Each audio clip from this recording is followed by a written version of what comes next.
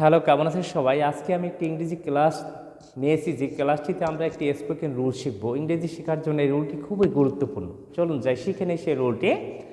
আজকের রুলটি হচ্ছে I wish I could, এর বাংলা হচ্ছে আমি যদি পারতাম। এখানে আমি স্ট্রাকচার লিখে দিয়েছি I wish I could plus ভার্বের বেস ফর্ম প্লাস এক্সটেনশন। এখানে আমি যদি দেশের জন্য কাজ করতে পারতাম, I wish I could work for my country. আমি যদি পাখির মতো উঠতে পারতাম, I wish I could fly like a bird.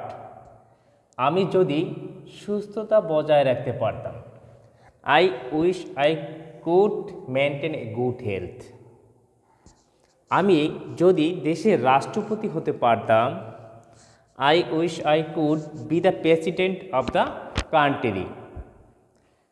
আমি যদি সমাজের জন্য গুরুত্বপূর্ণ ভূমিকা রাখতে পারতাম, I wish I could play vital role for the society. অর্থাৎ এই একটা স্ট্রাকচার দিয়ে আমরা যদি এরকম কোনো বাক্য থাকে, আমি এটা পারতাম, আমি ওটা পারতাম, তাহলে এই পারতাম থাকলে অনেক বাক্য তৈরি করা সম্ভব। এই স্ট্রাকচারটা ইংরেজি শেখার জন্য খুবই গুরুত্বপূর্ণ।